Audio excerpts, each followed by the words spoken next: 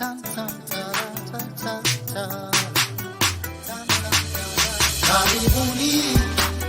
welcome to Elimishwe kwa maswala ya jamii. Tutumbuizwe sana mbalimbali, tujuzwe juu ya matukio ya kila pembe, wapa burudani kwa familia nzima.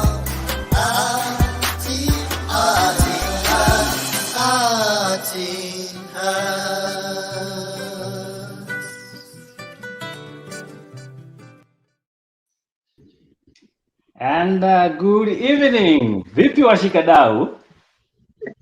Poa sana Eli, how are you? Nakaa poa sana. Nakaa poa. Niko poa sana. How are you, Leshuti?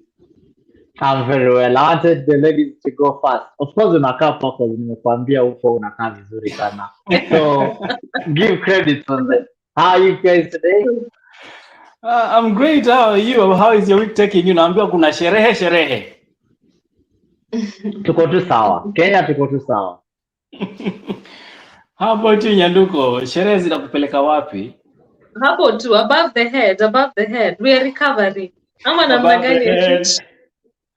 Sijui what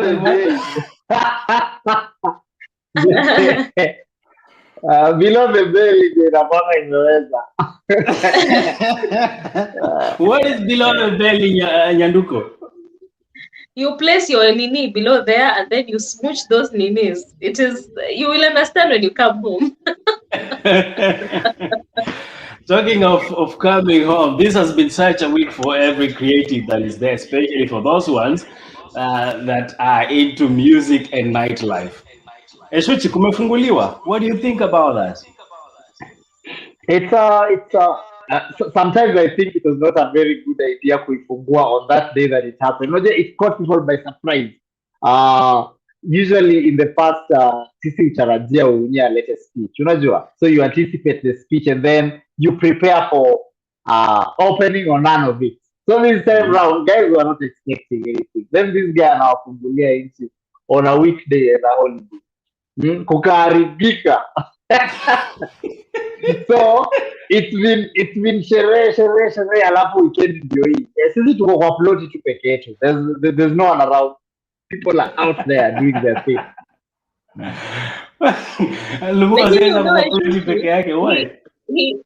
He opened and then people were like sherehe and then the following day Awickyde comes and is like bars and eateries are closing at 11 p.m. and we're like, wait, what? So people were saying they'll be at the bar until 11 and then tunatoka na viti za bar nje tunakaa tunaendelea na sherehe na crates za bia hapo nje. Yes. No, I think Mutai Kagwe ni kama wale mababa wa kitambo. You know, those guys don't want to see you happy.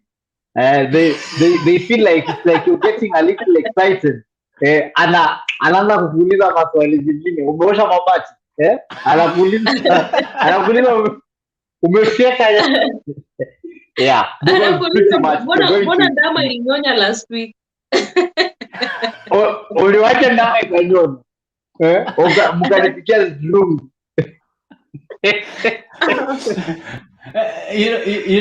There's one thing that was not clear. It's about the closing hours, which you say Mutai came in later and decided even ya kuendwi. But then kuna watu ambao tumesema earlier on who do sherehe. And among the people that actually were affected during the close down, or rather the curfew extension hours, happened to be the DJs. For you, Nyanduko, who is in the entertainment scene, unafikiria ma DJ to them, is this wameponea ama club bado they have to reopen ndio sherehe ziendelee? First of all, I have so many DJ friends and they have been having a very hard time during this, when they were working. Sometimes it was at 7, the other time they had closed kabisa. So these guys have been really suffering. So the way I've seen them excited huko kwa status and the way they are posting event after event, it is a breath of fresh air for them. It's like finally they're going to get something for them and their families. Wengine walianza kuuza makuku na kufuga whatever animals they could. It was bad for my DJ friends. But talking to them right now, they look happier. Though they would have preferred the entire night. But you take what you get, and they are happy. So this is a relief for them, I guess. Definitely, it's relief for them. Neshuchi, But- kama mwanamuziki, these DJs who don't play Kenyan music, mnawaambia nini now that kumefunguliwa? Kwanza kuna Mimlod amewaambia ma DJ, sidhani tumesahau, lazima muanzie, tunajua mahali mliwatia, tunaanzia Okongo, leo nimekuja ghafla. Yes. That was the last song before CURFEW came into play, so we are starting there. Hizi zingine zote bado ziko in stock. Well, basically, if you're going to talk about nightlife, if you're going to talk about curfew being lifted and people getting back to normalcy, talking about 24-hour economy, and then talking about bars and places of entertainment to get closed up by 11 p.m., I can say without contradiction that you're not making any sense at all, because nightlife is actually, especially in Kenya, nightlife is anchored on bars and places of entertainment, because the transport industry in the night, to realize, the transport industry operates on the functionality of hotels and motels. Ukiangalia watu wale wauza makahawa in the city center, people who are hawking in the city center in the middle of the night, they're hawking for people who are from making merry and all that. You'll only open your fast food or your eatery in town because people who want to go and get drunk or want to go and have a good time need to pass by and get a bite or something. So closing, saying open the economy and then saying now nightlife is again moderated, and then we have these eateries and places of entertainment that are still in moderation. To me, generally just doesn't make sense. Fungua ama ufunge. But I basically think Uhunye alimaanisha tufungue, alafu Mutai akaenda akamwambia bana, wewe uoni kama umesema hiki kitu mapema. Maybe they hadn't planned in the board. Uhunye Peer pressure. Then Uhunye akakuja ile kitu. Uhunye akakuja akasikia nduru anapigiwa, akasema hapana, nafungua hii kitu. So it could have been or could have been not. But either way, I think it's a good move. It's been a long time coming. Guys have been really looking forward, and I hope it's for a good cause. So unajua shida ya Kenya now, sometimes they also take such news with exaggeration bana. Mpaka unaudhika na unaambia bana naweza wafungia tena kesho, because that day as over the moment curfew was lifted, Nairobi roads were not possible. Trips zilikuwa zinaelekea Naivasha. That highway was easy. Unajua? So sometimes unafungua unasema hawa watu ama niendelee tu kuwafungia. But said and done, it's a good move. It's a good move by the president, and of course for everybody mwenye apenda sherehe na sherehe. Let's just get to listen to what DJs and MCs make of all this. And remember, you can catch this live cast every single Friday right here on the Creative Space. My name is Likuyani Eli, and we are hanging out with the Shuchi Lumumba and Nyanduko 254. Meantime, huyu dame anaitwa Frida went out and met this interesting team of young men. One of them is DJ Callyff, of course. Mbona mtu anajiita jina ngumu hivi? We have MC Ambush, tukakona MC Hats na DJ ule mwingine guy. Ni wanne. Let's find out what they think about the entertainment industry, and let's listen in. Who wants to love you? I hope you're a simple girl. Ain't that you love me? I'm just a simple man.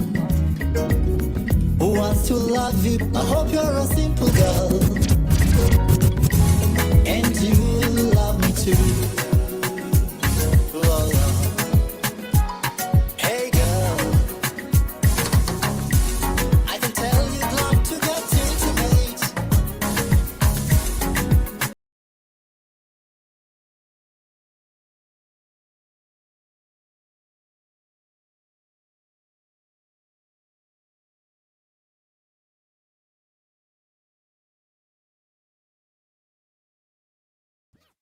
Rob up and muziki by DJ Callyff and DJ Ambush right in the building. Remember, it's Creative Space every single Friday right here on Arts in Heart. So get there and follow us and leave a comment. I'm joined by these amazing guys right here on my left. Hey, Awickyde, please introduce man. Yeah, ladies and gentlemen, it's the S to the I to the E, number one MC, Mr. You better act like you know if you don't know now, you know. MC Awickyde, we up in the building. MC Awickyde, let me say to the eyes of the and on to my right. Good names, MC Hart, super host at the heart of entertainment. Yes, MC Hart. Moving on to the DJs that are giving us amazing music. My name is DJ Ambush. Ambush. Yes, sir. Yes. And I go by the name Callyff, DJ Callyff. DJ Callyff. Thank you so much, guys, for joining us tonight. I'm so humbled to have you guys here. And I just want to hang out with you guys so I can just have a talk with you on this creative space. And there are some of the things that I need to know from you guys. Ulianza MC lini? Maybe. Yes. MC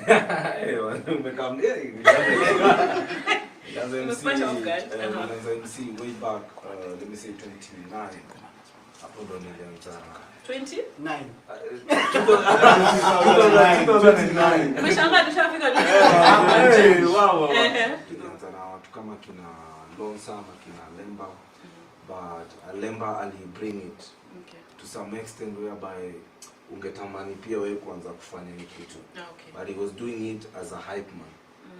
So there's difference between hype man and an MC. Yeah. So you are a hype man or you are an MC? I'm an MC. You're an MC. Yes. Okay. So we'll get back to that. Mbona uko na dreadi? Acha uko na dreadi. What is it with MCs and dreads? For me, I can say the later J, like that's your brand. That's a brand. Una feel ukiwa hivyo ndio uko complete. Uko complete. Unaona vile mko na heels daily. Wewe na dread ni zoea kuona nazo. Yeah. Are you a gospel? Are you a secular MC?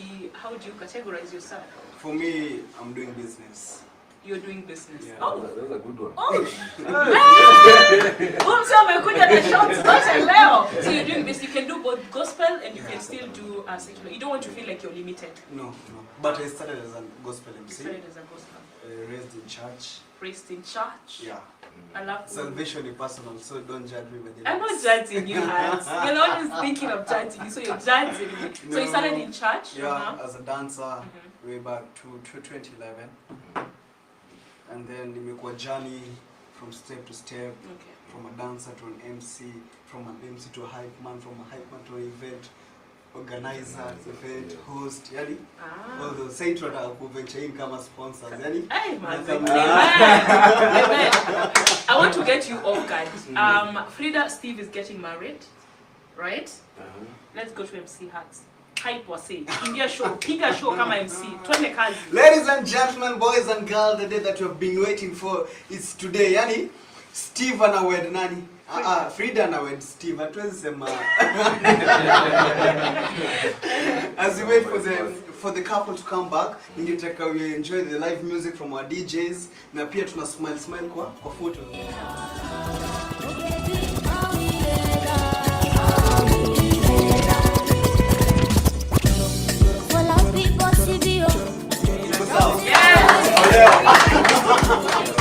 Coming to you. When umeniambia ni MCC hype. Yeah. Oh, okay. So I want to imagine kwa event yenye ni nani anaingia stage? Nani anaingia stage? Otile Brown. Ati tuingie Otile Brown. Anaingia stage. Waambie say Otile Brown anaingia stage. Otile Brown.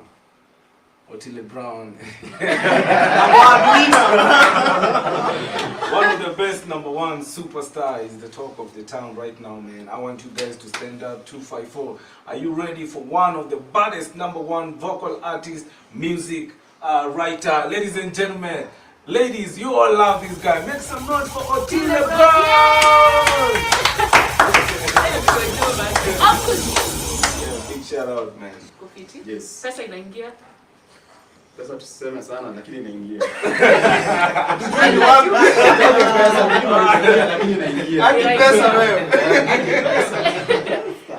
You and Callyff, how do you guys know each other? Tumejuana for the longest time, Okay. Longest time is how many years?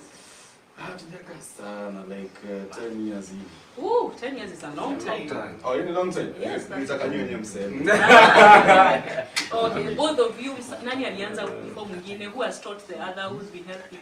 Oh, Callyff ndo pro hapa. Callyff ndo noma, yeye ndio. Lakini angalia mmoja Lakini huyu aliingia akakunyang'anya kweli. So I guess we'll take it back to Ellie for a short break. Then we'll be right back in a few minutes. Don't go anywhere. We'll be right back.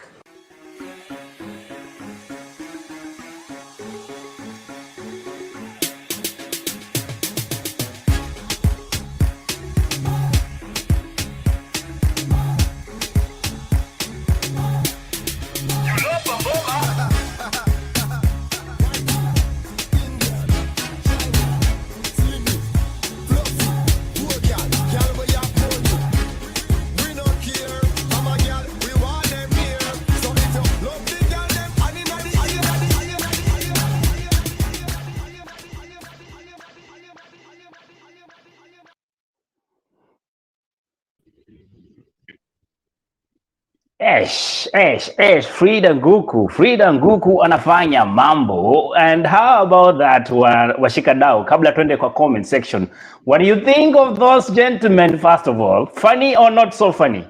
Nyanduko unmute alafu chape kitu. Okay, maybe when that MC said Otile Brown, I was actually waiting for Otile here. Oh. Ilikuwa jokes. Yeah, okay. Hawako amempigia demo. Wasanii wamekuwa expensive. Wamesema pesa inaingia, and that is a good thing. That is what I have picked. Pesa tusiseme sana lakini pesa inaingia. So pesa iko. Eshuchi, something that I love about this before actually we can go to the comment section. Jama said him is in business. Si story ya kanisa hapa ama kukua secular. He's an MC. Biashara. Yes. Do you think that's what confuses a lot of artists, especially probably gospel artists? Like tuneka biashara tunasahau there is the fact that you need to earn money and the fact that you need to give service to God. Eshuchi? I don't think there's a question of service to God or money. At any given point, when you start using your talent to put music out there, number one, wanambianga wasanii, you need to know one thing. There is the music as a talent, and then there's the music business. Yeah. There is art, and then there's the art business. So you want to choose whether or not you are a musician or a musician who's in business. Once you're a musician who's in business, a lot of dynamics will change, because then you will be doing this with the ultimate aim of making a coin out of it. That means your strategies will change. Your willpower will change. The people you're trying to reach will change. Your image will change and all that. But I think my stand about this compartmentalization of whether gospel or secular has always been same. Music, like any other art, is an art. Art is an expression of a situation, a personal expression of experiences. One day I wake up, I want to feel like I'm in touch with my spirit, my creator. I do a gospel song. One day I wake up and I want to feel like I want to express my romantic affiliations. I do a love song. One day I want to feel like I'm in the spirit with my creator. I do a gospel song. So minimizing the collection into two categories, I think, is an abuse to the music industry, because you don't see anyone saying we have a gospel engineer. The same engineer who builds a church is the same engineer who builds a bar. When he's building a bar, he's a secular engineer. When a doctor is treating mtu mwingine huko atusemangi ni secular doctor na gospel doctor. You are wise. Wisdom is strangling you. Let's go to the comment section. We have Noreen who says, Tuesday, thank you so much, Noreen. Karibu sana hapa. Frida Nguku all the way in Nairobi, Kenya. Say, reminder, brought us early. Excited to be here. Tumehama, creative space, art in heart. Exactly. Sisi tumehama. We kama uko kwingine, shida yako kwa sababu tumehama. Boniface Witaba says ndani kabisa, and DJ Callyff himself saying in. Sijui in ni gani, by the way. Imekuja sana. God is a ghetto. Lifting coffee without allowing bars and clubs to operate is a waste of time and energy. Haya. Kumbe uko na pesa, shida za matajiri zimekuandama. I'm doing business. That is a quote from what was later on highlighted in one of those interviews. This is business. Hakuna kitu kingine. He has come to emphasize. Exactly. Jerry Nato, thank you so much from Black Lion Media, actually the creator of Liars right here on YouTube. We have, of course, from our own channel, we are saying you can watch all our live shows on YouTube channel, The As in Has. Remember to subscribe. Art in Heart, tumefanya nini? Tumehama. Okay, great. Awesome. Let's see. Zena huko anatuambia hawayuni. Zena, ebu cross over to YouTube. Kuja haraka, tumekungoja hapa kwa tent ya green. Alafu we have Norina sema Art in Heart. Yes, ni biz. Hapa ni biashara. Kuna ule dem alikuwa anaimba biashara, something of that sort. I don't know. What is that name? Eli, Melody na wewe patani. biashara Stella Mwangi. Stella Mwangi. ST. At least mnaona niko karibu na hapo. Ni mimi na nyinyi. Mwache kuwa na zaovyo. Umeiba to the nearest Kiluya. Uko tu sawa. The nearest key. Key yangu ni Ashiho. Njekita says 100% fire. Talent is gift from God. Using your talent is your gift to God. Okay. Watu wamekuja hapa na Biblia tofauti. Mtayo mlango wa 6. Mbona sitabla hamna chape papara hapa ni biashara tu. Kabisa tunachapa tu.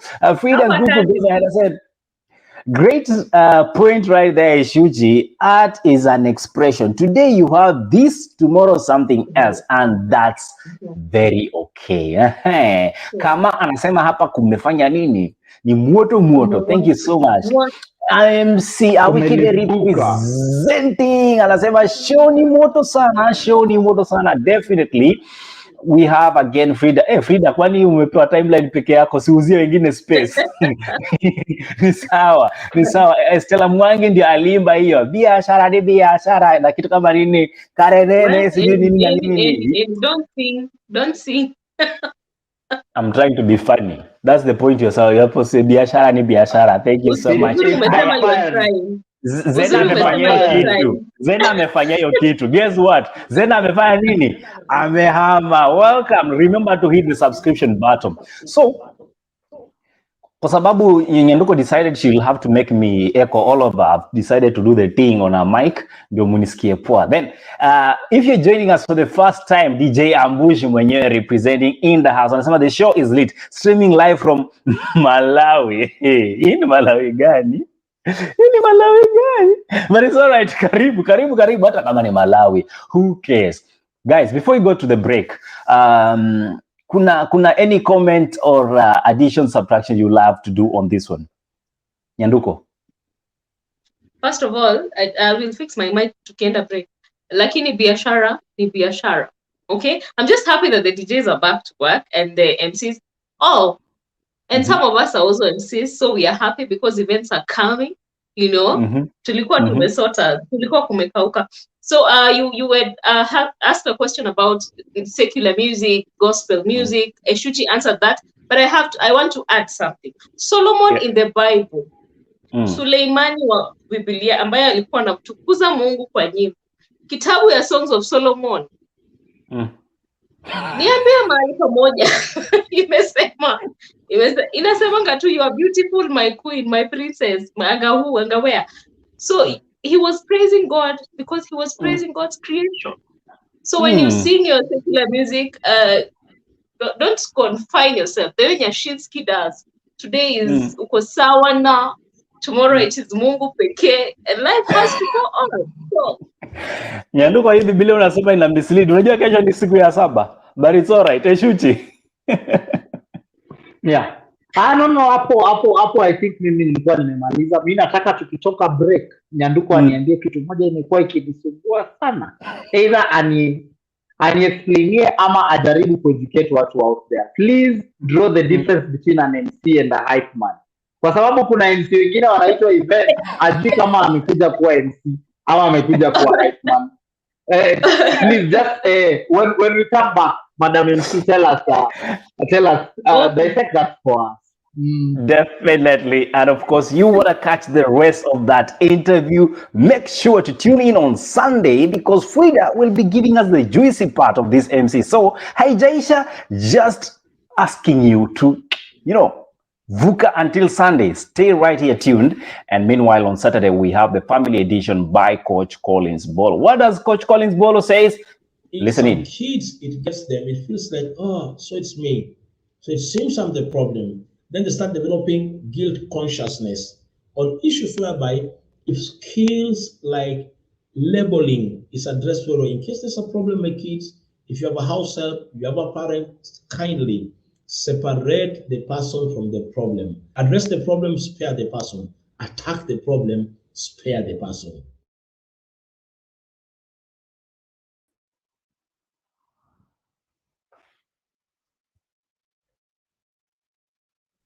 Definitely, as you attack the problem and sparing the person, right there on the Family Edition every single Saturday from 9:30 p.m. East African time. And Mwalimu Ishuchi anataka kufunzwa na Nyanduko 254. Nyanduko, nyinyi ma-MC, mtuambie nyinyi ni nani, alafu hype man ni nani? Kama kuna dictionary of defining that, do it, my dear. All MCs should be hype men, but not all MCs are hype men.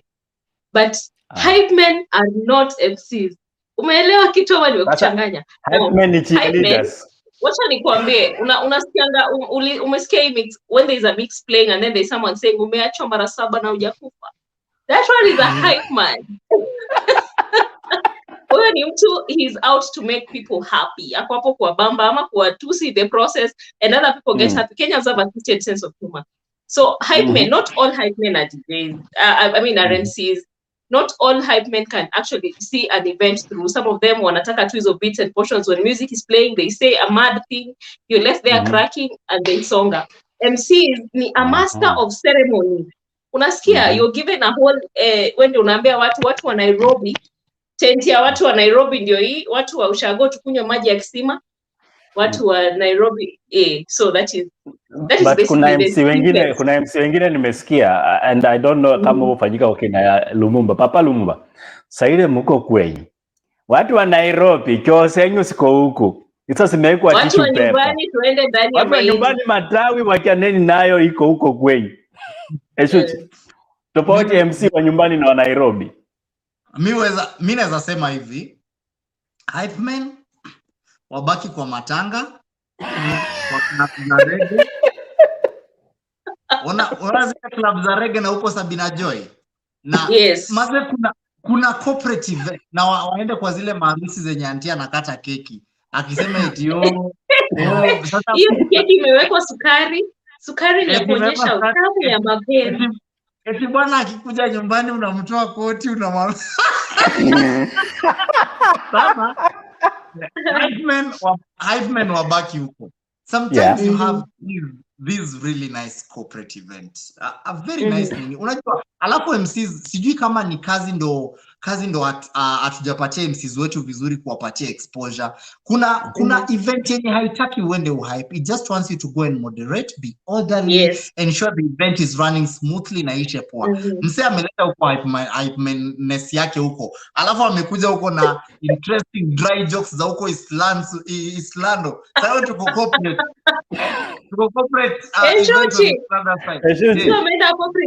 Corporate event anaambia watu wakubwa wase. No, you see the thing is probably is the budget Eshuchi, and you cannot fault the hype man per se. He was hired but in the wrong gig. Is it now the issue of the guy hiring, or is it the talent that is coming in? Or they gave out the wrong, or they just lied that they are MCs and they are hype men. You know, everyone's squeezing out here as an MC. Or the procurement in charge has a niece. Akamwambia bana wewe unaweza kuja upige ka MC hapo. That's my problem in the art industry. You don't want to give jobs to people who are qualified for the jobs. You want to give jobs to people who are available so you can get cheap labor. Cheap labor always amounts to a shoddy job. And then, of course, the cheap labor will mean you're bringing on board someone who doesn't even know what to do. Unapata hype man hapo mdomo imekauka, ameisha, ana content, ajui kuaddress watu. Unajua, ujui unaongelesha kina nani. Unaambia uunye jokes za mtura na uunye hata elewi mtura ni nini. Ajui ni nini.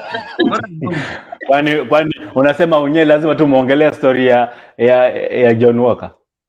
Analogy speaking, but since you want to bring it home, sijui wewe umejuaje unye si mse wa John Walker peke yake. You might tell us, but I'm just thinking environment sometimes exposes. Unajua kuna kitu inaitwa adjustment, and I think that is one of the skill that a proper MC would have. Because that's how as an MC unaweza kuja na your tentative script ama your tentative approach to an event. Then ufike event manze venye nilikuwa nadhani sio hivyo. And that's why like Nyanduko is saying, you need to be a quick read mooder. I mean mood reader, for example. Read mooder iko tu sawa. Sasa you see like in Kenya, my favorite MC any day, anytime would be MC Jesse. You get it? Because number one, Umse is very adjustable, very kabisa. Ataenda huko apate ni watoto, upate tu ameadjust. And so that adjustment. But you see when you're a fixated kind of an MC or maybe an upcoming, then umekata kujituma on exposure and all that.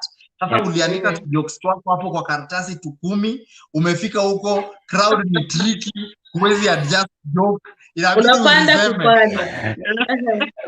you see, it's interesting that you mentioned the likes of the MC Jesses and the like, and something that MC Awickyde said in his presentation. If you listened in, he said he was modeled by the likes of Akina Alemba. So something that stands out is we all need to have those figures in our lives or in our art that mentor us. So what is the role of mentorship, Nyanduko, in every creative's space to grow? First of all, you need someone to look up to, because utaamka tu hapa kesho wewe umeenda umemc matanga huko Western and now you think you're good. You need someone to mentor you, show you the loops, show you, the whatever the directions you need to take, how you're going to articulate your words, what you need to be an MC. Usiamke tu hapa siku moja you want to come and MC in Kiluya in a corporate event like Eshuchi said. So you actually need someone to look up to guide you in the journey, to hold your hand. Kila mtu anahitaji hiyo mtu. Someone to hold your hand, to show you the loops. Ndio ukiachiliwa you fly on your own. You have learned a few things from someone. It does not mean you wake up and now I want to copy MC Jesse and I want to do his thing. Just get the knowledge, look up to them and get what it is all about, the idea of what an MC should be, and not try to be them. Am I communicating? Yes, we are communicating, and everybody that is communicating with us in the comment section, wacha turudi pale kidogo tuanze. Mnazungusha aje nyinyi, nitawafinya, hatukuzungushi mami, tulihama. #tulihama. And by the way, as you are tagging us, remember to put in the hashtag tulihama, @inheart tulihama, sawa, so that all the members that are watching can be able to follow through. Peter Omba anasema fanya kazi ama ni kazi, mimi sijui hiyo ni gani, lakini tumeelewa ni kazi. DJ Ambusha anasema the show is lit, streaming live from Malawi. Okay, huyu wa Malawi tuko tumeangalia. Frida akasema hatutapumua leo, tumehama @inheart, definitely tumehama. Na huku tunaulizwa, Ambush, uko Malawi kweli ama ni Maliwa?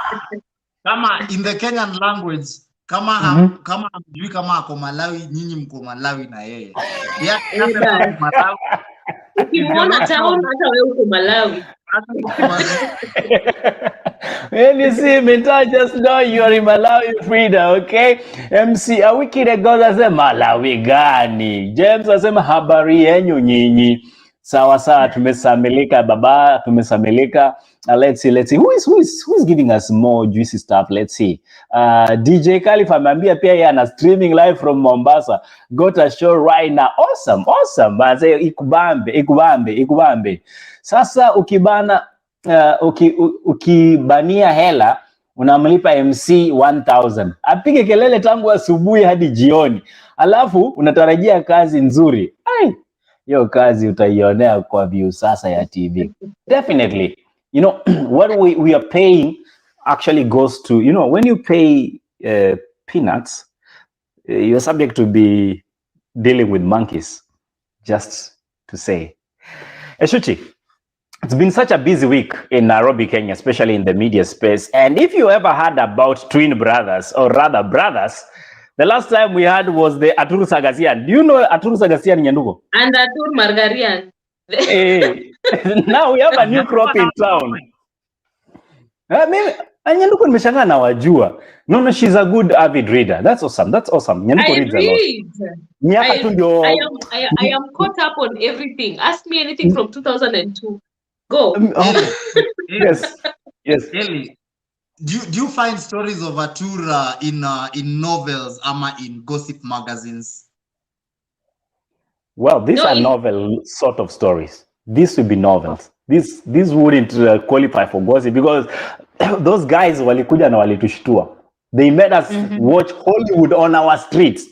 And the people that have replicated that, hey, the Ndichu brothers. African man, I'm addressing you. Do you know the Ndichu brothers? Nyanduko, the Ndichu brothers, a story that is refusing to go away. First of all, I want to acknowledge that they are looking. Anyway, that is a very side note, but they are, first of all, I do not like the fact that they are usually associated with the women they are with. That is one thing we did not address last week. If someone has messed, if Eshuchi goes out there, if Eli goes out there and does something as Eshuchi, why should we refer to him as so-and-so's husband? You know, why drag the women into it? Why can't we address a situation in isolation and not, you know, he's someone's husband? Maybe this woman suffered this and that's why she left. Bringing these women in it is not cool. You know, just leave them out of it. And the story escalated with the guys. It is getting worse by day. I heard they stepped down from their positions of, you know, of governorship, and a lot of things have been happening to them. I'm sure when they got into that altercation, they had not thought it would be this bad. And now there are lawyers involved. It is a lot. It is a lot. Eshuchi, what can you make out of it? Because there has been a lot going on this past weekend. It has been 1 week that has so much to offer. I'll tell you about other events of the week, but first, your take on the Ndichu brother story. Do you remember a topic in English, Kitambo, in primary? It used to be called active and passive voice. Definitely. So when you say the lion came to the house, the lion ate the antelope, then the passive form becomes the antelope was eaten by the lion. Yeah. So what happens? No, I'm driving a point home. So what happens is in literary studies, and I think bloggers overuse these. It's unfortunate that they have to associate them with the ladies that they are with. But kido kiasi, I tend to understand where the bloggers are coming from. The bloggers are trying to make this story big, and apparently the people the Ndichu brothers associate themselves with are bigger people than the Ndichu brothers themselves. So creating headlines around, sorry to have to repeat it, but around something like Janet Mbugua or Grace Msalame makes the story pop up. You know, when you shift the object to become the subject, then weight gets onto the subject. So you have to keep mentioning blah blah. It's unfortunate and it's bad for some of these women, because I think on an own perspective, I think they're amazing women who just need to be left alone, and then these guys need to be dealing with these things all on their own. That is that's said and done, number one. Number two, like I said, I think I must have echoed this on Men's Den, and I'll just repeat. I always love looking at all these matters from both sides of a coin. And that was a thing they did. I cannot overemphasize that. I still think it was over messy. But you see, like at the beginning of this, you see just what Nyanduko said. And Nyanduko, I'm not misquoting you for anything, but Nyanduko said they are good looking. You know, that is a mention that she made. You get it?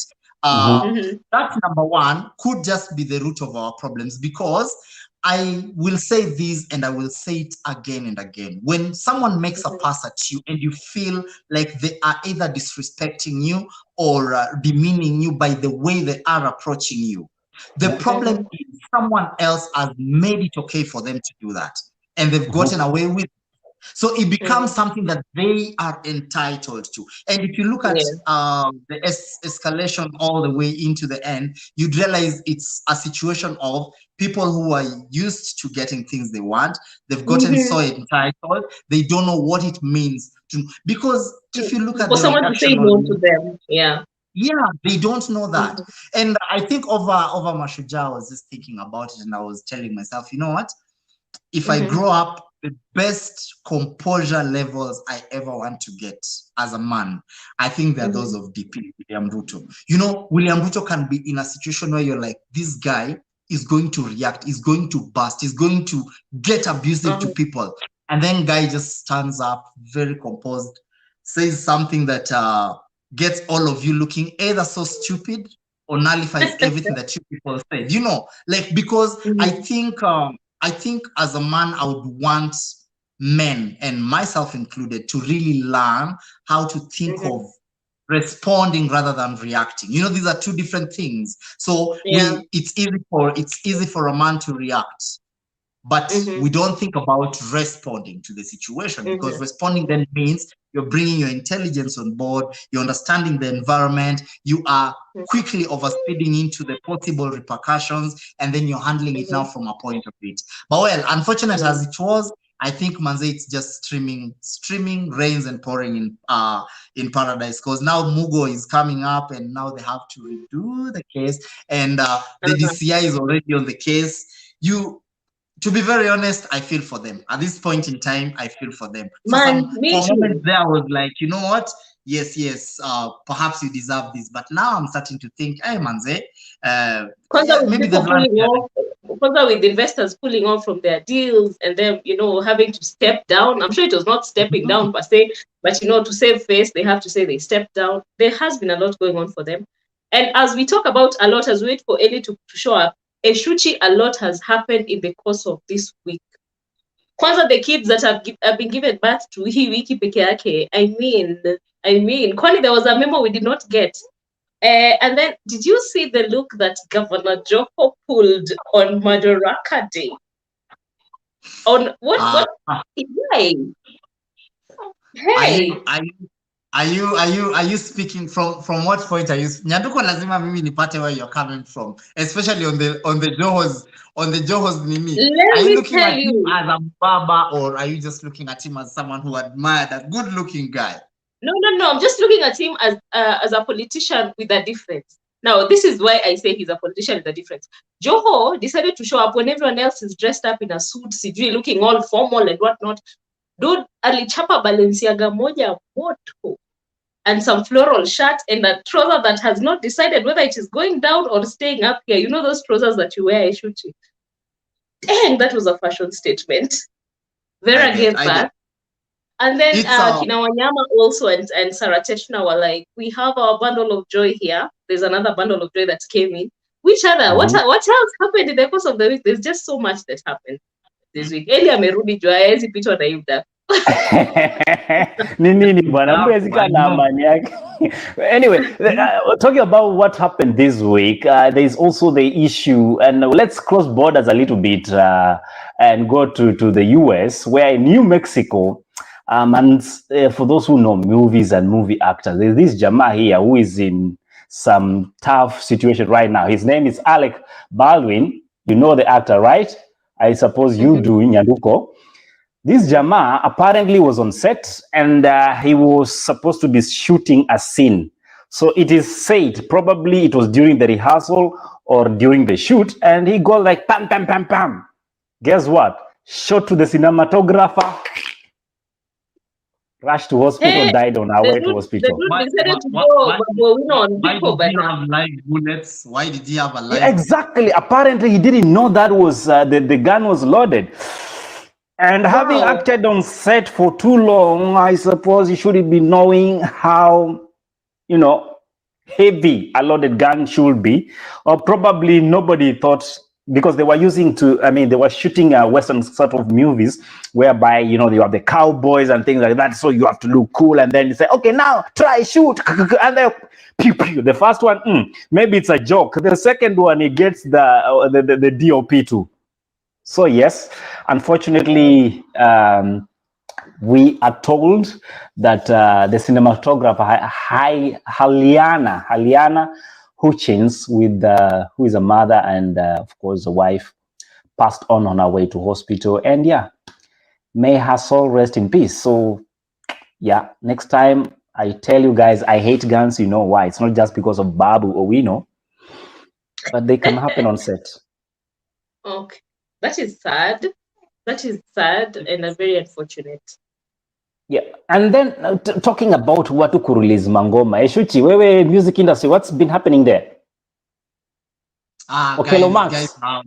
First of all, my boy Okelo Max amechapa moja kali sana na BM, You should listen to it. That's another serious hit standing up there. Of course, you guys should also listen to the Bad Men Association. Unajua, mlifunguliwa na Bien na Aaron Rimbuyo wamechapa ngoma ingine kali sana inaitwa Baldman, apparently from where they're coming from. Unaona hii Mama Moro, unaona hii marasta ili ameweka wachana nayo. According to them, Baldman has like whatever any other guy with whatever hair has, Baldman has better or more. I don't know how true that is. So there's been that. I also know there's been a couple of releases. I've seen a very interesting audio by Ben Sol. I'm yet to catch up on its detailing, but I think from the way and I release, it could be a project that is being based on Pole Pole. That's been on that's mostly been on the music industry, and I think it's just quite a success of yes. You forgot Brown Mauzo did an album called For Vera Sidika. I know you probably staki kuwadanganya. If you ask me to talk about new releases, I'll be talking about music that I know. And another one that I really want to talk about is King Kaka's new song. First of all, I love the song. Mliona Sidika kwa labor room na makeup yote complete kabisa. New generation mom. Are you trying to say you're not supposed to go with makeup on in the labor room? Are there some restrictions, Nyanduko, that we should be knowing about? No. There are no restrictions. No one said you should not wear makeup. It is in and out of the labor room. Not funny. It is not easy in there. It is vita. So you'll probably rub off the makeup on your own. The only thing most hospitals do not like is the long clothes when you because you might be scratching up the kid. Yeah, but there are no restrictions for makeup. I don't agree. I don't think there are restrictions or not, and I don't think we're even speaking about restrictions or not. We are speaking about interesting occurrences. Like how you don't expect mtu in labor. Kuna venye ukiambiwa ako in labor, there's a picture of a person you expect to find there. Then you walk in there and you find someone who looks like you don't know if they're in labor or they're actually shooting a movie. She actually did a public service announcement. Hi guys, I'm actually our agent is about to come.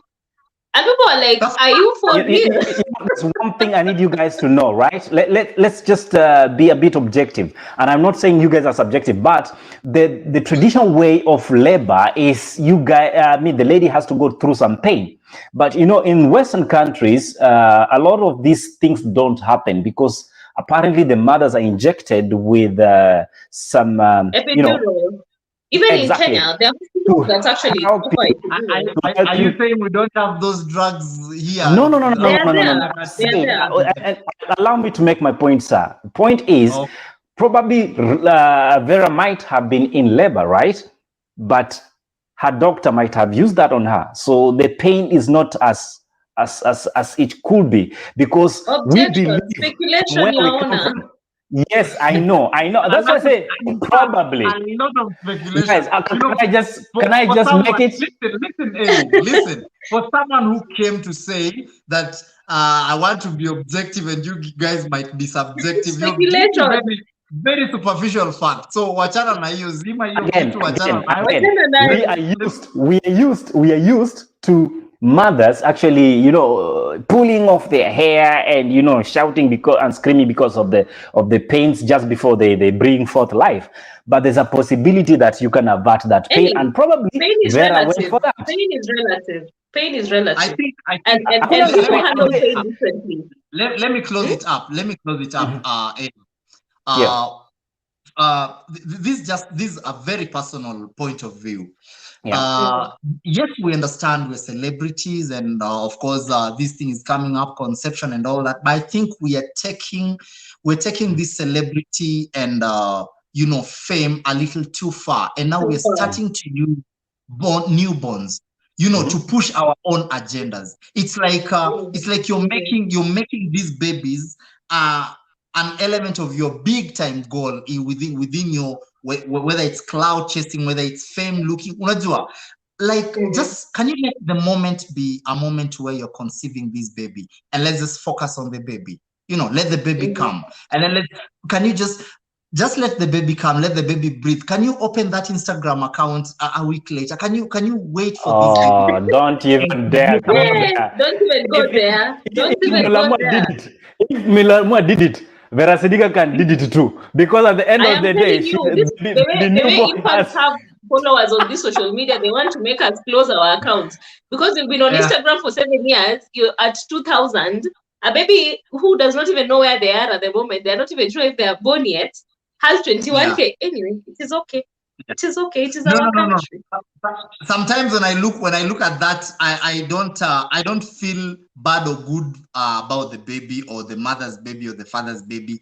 Usually, I'm thinking about that follower. You know, this person who's following an infant. That is the person I look at, and I don't know how to feel about them. So naachana na hiyo maneno. I remember without mentioning names. I remember without mentioning names. This one baby, 1 week probably, was saying, just before I came, daddy and mommy used to go to the coast and do this. Now I'm here looking. I'm like, oh no, this baby be talking too much. Maybe talk to themselves on this social media. You don't see Tajiwa Jesus has been talking to himself for 2 years now, and it has become normal. Yeah, but they say angels speak when we are listening. After all, they are angels. Wow, wow. The only baby, okay, not baby, let me call him a child. The only child that, actually 2 children, I think 2 children that they're getting onto social media makes sense to me because they actually did it when the children were able to. Tugi Wanjugush, you know that and he's a character. Tugi is a content creator. Yeah, kabisa. You only content creator by the way. Yeah, atana. Yeah. He's deserved it. No one is pushing his agenda for him. Akona content yake kivyake mnalipia kando. Then of course I know also DJ Mo's daughter is also another one. And quite getting it on the modeling industry and all that. That makes sense. Acha mtoi kwanza akuwe mtoi. And then, you know, let them get into this when there's a little bit of understanding. When it comes to children celebrity, maybe this is a long shot to this topic, but to just echo it, there's a long analysis that I watched about the tragedy that has someone called it a tragedy. I think that was maybe a little too harsh, but it was a slight element of unexpectedness that befell this major actor, Naitwaje, this Hollywood actor who alichitiwa on this guy. Where this word came? Yeah?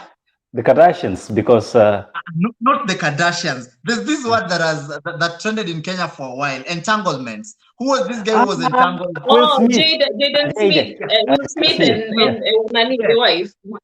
Yeah, Will Smith. And the analysis was the kids became celebrities at very young age, very young.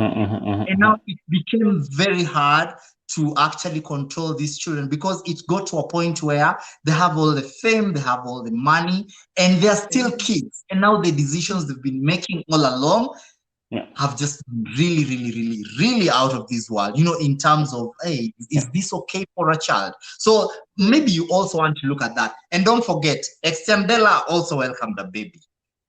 Yeah. Oh, yeah. Yes. Is still running office? Yeah. Westland office is still running? No, he stopped running a while ago. He changed his mind after he had collected money from Kenyans. But anyway, speculation, like I said. Like we said, that's your opinion and you keep it. Well, I remember. No, Extendela, as you welcome baby, I hope he can be a better papa because the things alikuwa anafanya na watoto wa watu online. Most of us who follow BNN, by the way, Extendela has been on the spotlight the past few days for everyone is saying that everything he touches turns out to be a scam. I don't know the truth about that, but he started something about kuzia watu mashamba in the coast. People are saying it is not true. There is no mashamba really.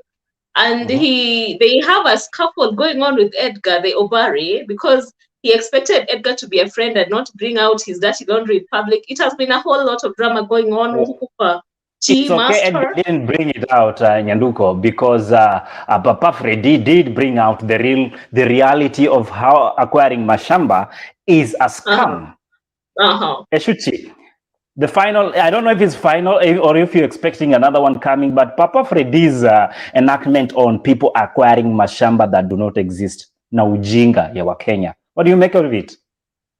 First of all, we need to revise our cultures on investments and on priorities. We need to live in a current world and stop living in what made sense to our, our grandfathers. There's just this rage and, zeal to own property and property in Kenya, bana. If you cannot do your due diligence, wachana na shamba.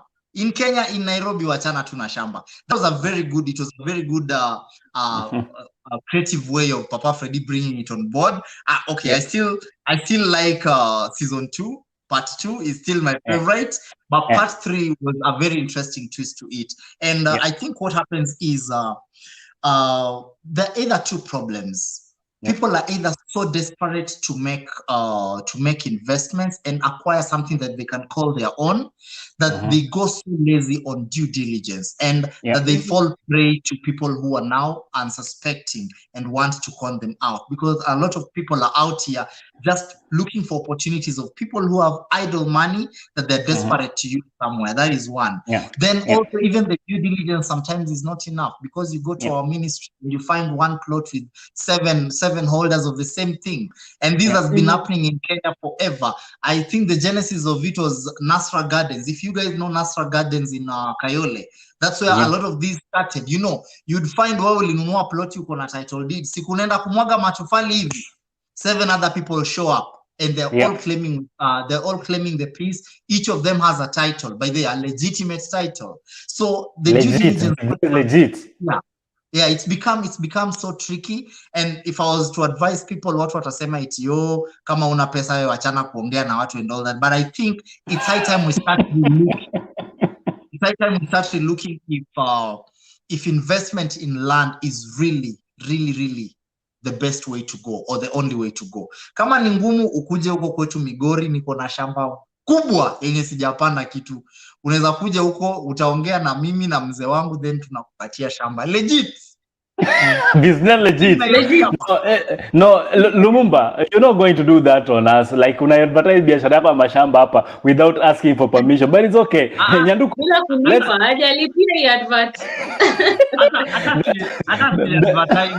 advertise nasema tu afadhali nikuuzie hiyo yangu. Sieti niko na shida sana nataka kuiuza, but afadhali nikuuzie hiyo yangu, unaweza nipata. Unaona Ngamwaya aliwapatia wewe jamaa kigundua eti plot not for sale.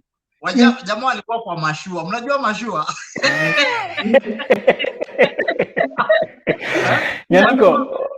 Walikuwa kwa mashua kama ule Yohana wa Biblia. Wanaenda maji. Nyaruko, what should we be looking forward to probably next week? What do you speculate should be coming after every saga that has gone down as we close? Sorry? What do you speculate that will be happening in the entertainment industry? Do we foresee a situation of more release of music? Probably more cloud chasing, because that is what our artists are known for. Maybe a few music, a few new music coming out, and more babies probably, because there are people who are still expecting. And the activities are close by, so I expect new music, new controversy from Edgar and whatnot. So yeah, I expect all the drama, because I want to bring you the juice here on Friday. So don't miss out. Very nice. Namjua watoto wote wanazaliwa saa hizi ni zile masherehe za New Year. Unaona zile masherehe? We have not forgotten Valentine's. We have not forgotten what you did. Definitely. Okay, we're looking forward to a great week coming next week, and we can't wait to see what happens in the entertainment industry. Of course, in the creative space, we shall be reviewing one of those moments that lived and stood out. Definitely, for those of you who believe otherwise, October ndio hiyo inajikata bila kuangalia. So, kwa wale ambao mmesahau, Christmas will be coming soon, because November is knocking on your door. Kwa hivyo changamka, naanza kusave pesa za sherehe saa hizi. Usipige sherehe saa hizi kwa sababu kumefungulia, because your M-Pesa is asking, unaenda? Mshwari, maneno usicheze nazo. Ukicheza nazo tulaumu Disemba ikifika, kwa sababu sukari yako na chai yako ni kwa raha yako. Politicians are doing their best as the best creatives we have because they have been acting up. What are they acting up? Find out, because at the meantime mambo wao wakangaja kwa sababu kura zinaelekea. Uza kura yako, pia uza roho yako. See you next week as the official Lumumba online platform music promoter. We leave you with Mulecha Regina compiling with one and only Eshuchi Lumumba kwa hii kitu tam, my girl.